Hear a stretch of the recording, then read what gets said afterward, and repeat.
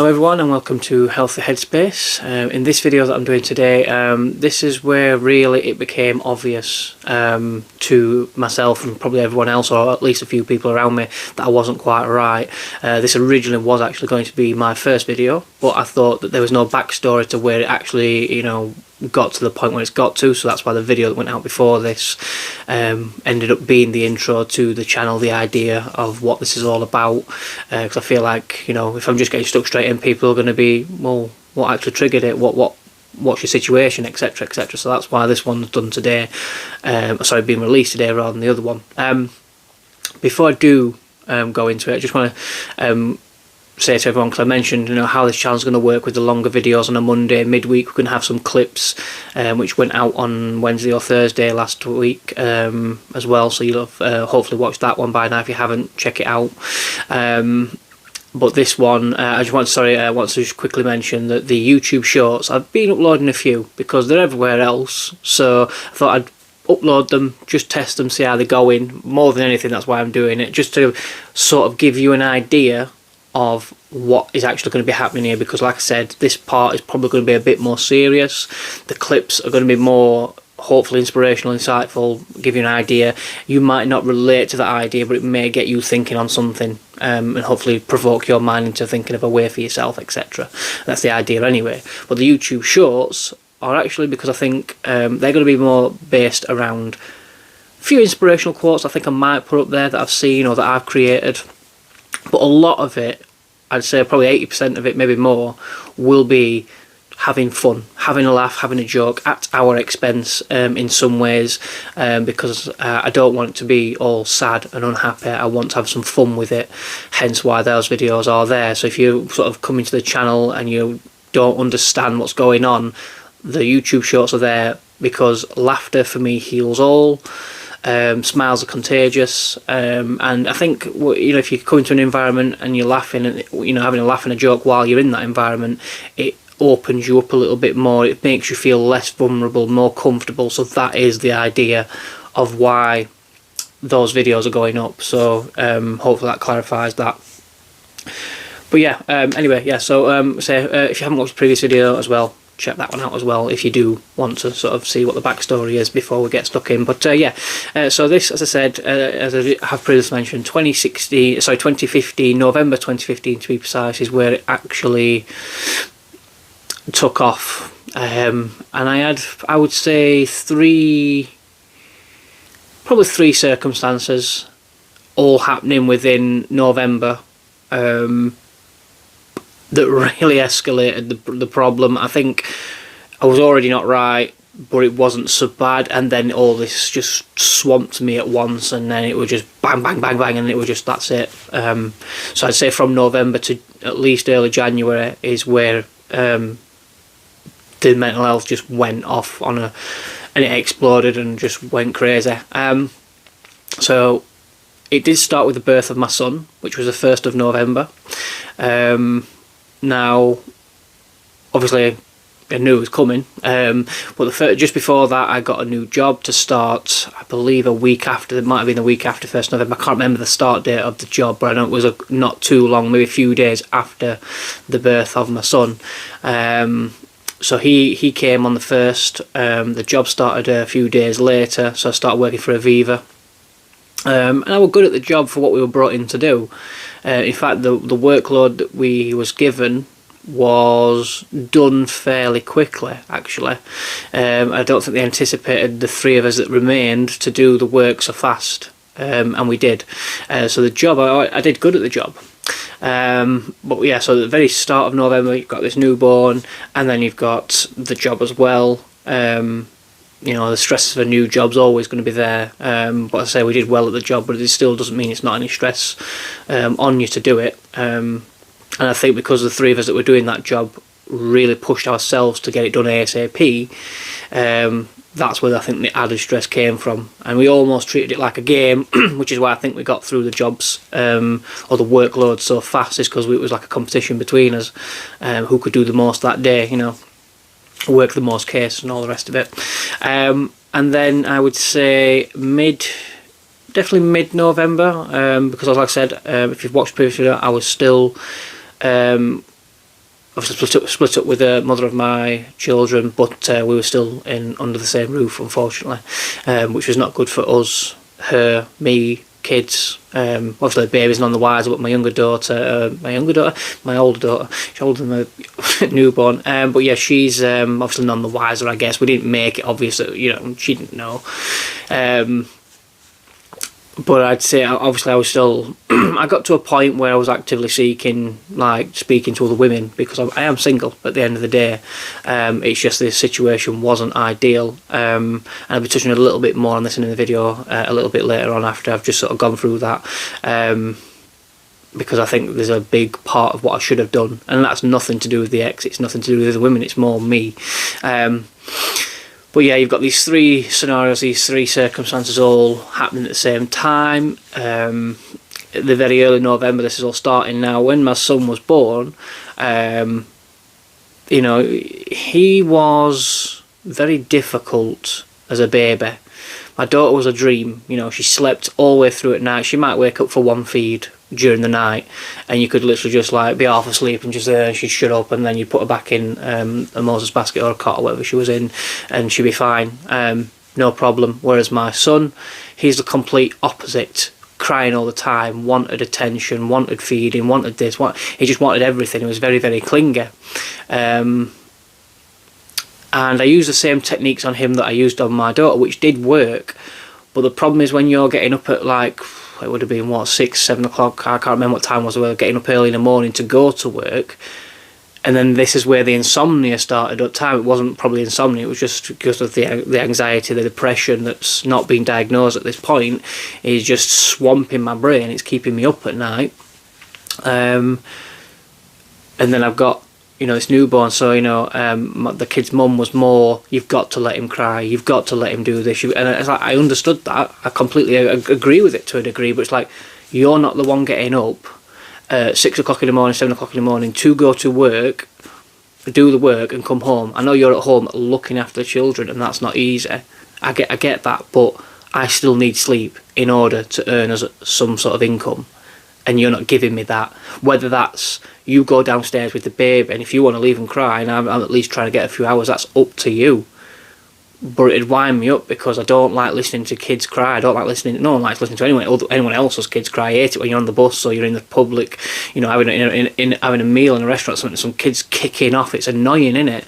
So, you know, but when it's your own children, it's different. But you know, I couldn't stand being upstairs or being wherever I am in the house, listening to my son cry his eyes out when all he wanted was a cuddle, for example. I probably was more maternal, I guess is a word, than I thought I would be. So I'd go and give him that cuddle, and maybe it wasn't my fault that I relied on that, but at the end of the day I needed the sleep. And I'd be going to work on 1 hour's sleep, maybe no sleep at all, and you just can imagine, you know what it's like just to not be able to sleep for one night, and then you sleep for the rest of the week. That one night, the following day, is hell, because all you're thinking about is bed, not going to work, not doing this, not doing that, whatever it is. So we all know how that feels. Imagine having that every single day for months and years on end, and that issue actually still goes on today for me, but it's not as bad as what it were, because I'm not up all night because of anxiety, in terms of like thinking about what happened 20 years ago that doesn't even matter anymore, you know. I don't even know why. I just don't. A lot of it's comfortable. I struggle to get comfortable, and I have a lot of disturbed sleep. So, and the doctors are useless. Sorry, but you are. But yeah. So the sleep didn't help.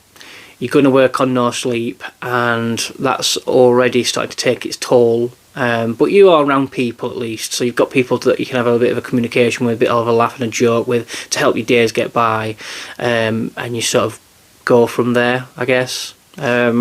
So it was okay up until a point, and then this new woman comes in. I remember it because it was on Tinder. You know, it's when Tinder's like, I don't think Tinder had been around that long when this was starting. I can't remember when Tinder started, but I know this was the first time I'd been on it and gave it a go. And I'd been putting it off because the mum of the mother of the children, you know, and I think this is wrong on her part, but I get the situation that we're in kind of doesn't make it any easier. But she was always, while you're living under this roof, you'll have no other woman, blah, blah, blah, taking control of me, basically. And that wasn't fair. But again, I do, I'm not going to place the blame on her. What I'm saying is she shouldn't have probably put those shackles on me either, knowing that the situation that we were dealt. I couldn't go home. It was my house, in my opinion. It was our house, in my opinion, but once we broke up, it's still under my name. I'm the one that got us that house, not her. And it was a case of, like I said, I might have to give up this house, and I really didn't want to at the time.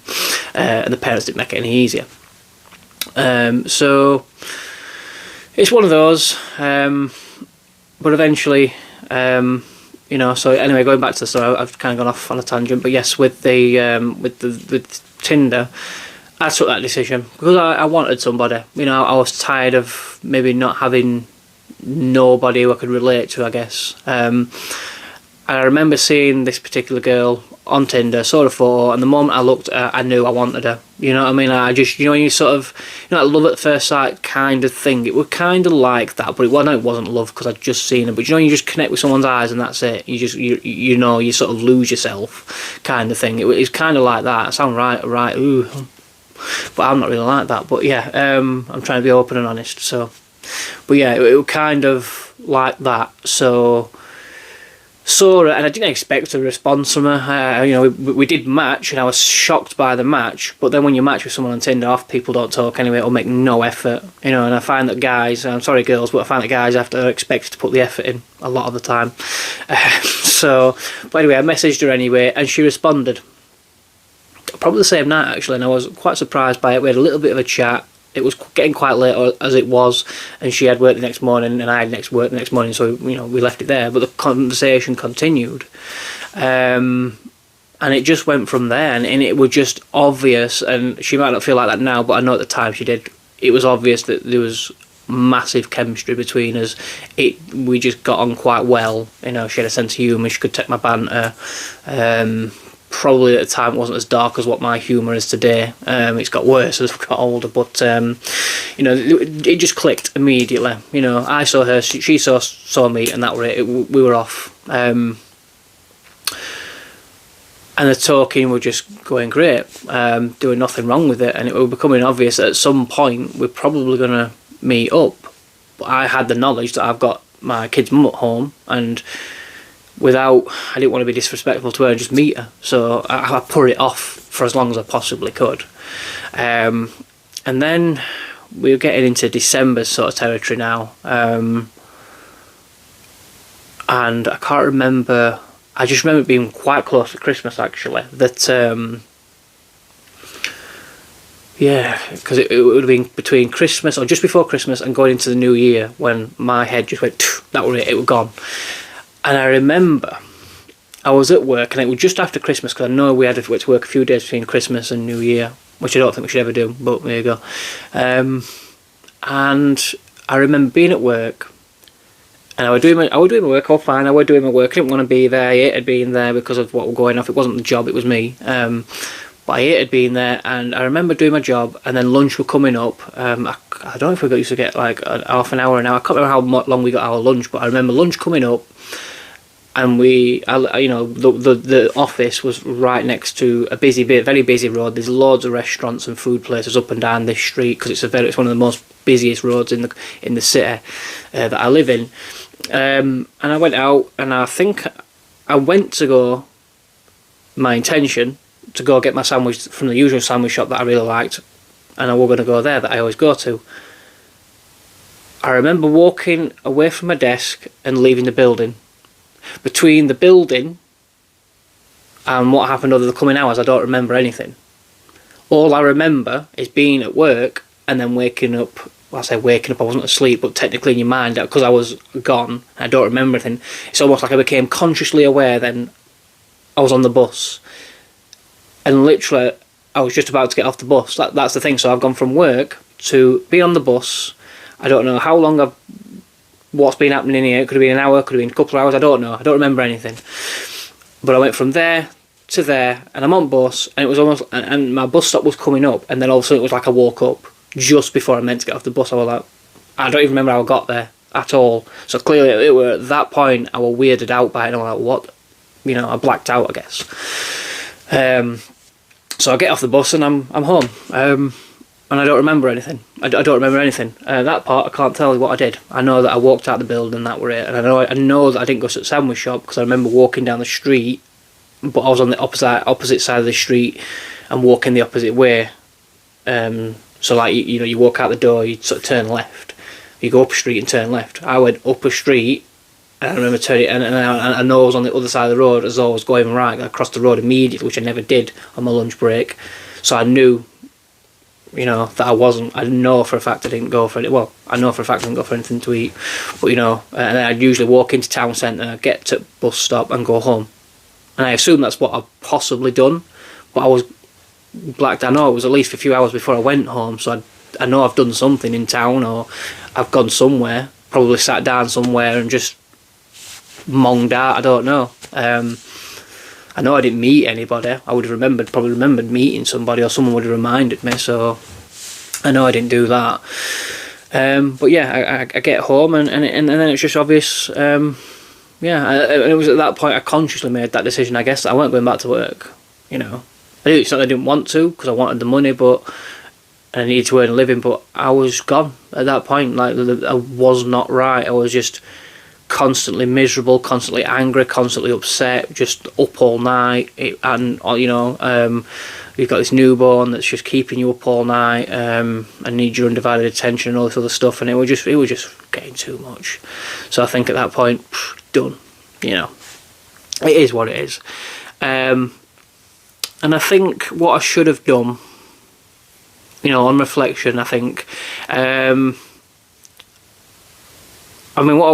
I should have done, or what I would say to anyone, what you should always do whenever you're sort of slipping into this sort of slope of mental health, or while you're going through it, no matter where you are within your journey, is you need to take time out for yourself no matter what, and that I mean you need to be alone in some sense. Some people think you shouldn't be on your own if you're suicidal and stuff like that. Maybe there's some truth to that, but at the same time you do need alone time, because you need to sit and think. You need to try and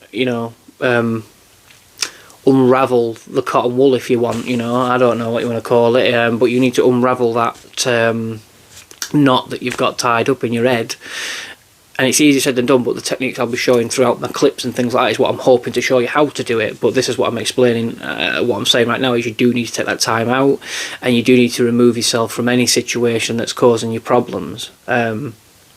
So in this scenario that I've read, maybe I should have gone home, took the decision out of my parents' hands and moved home, or asked for other help, maybe other family members, which it did cross my mind to ask one or two. I'll say one or two, there's only one in mind, and she might know what I'm talking about if she ever watches this, but I didn't want to I didn't want to be a burden on someone else either, so I never asked, I never reached out, and yeah, I don't think I probably would, even if I was the strongest that I am now, and I don't think I'd ever reach out for help from anyone, because I'm still quite stubborn like that. But I wish that I would have removed myself from that situation, and I would advise you to remove yourself from that situation however it is you can, whether it's you stay somewhere else for a few days.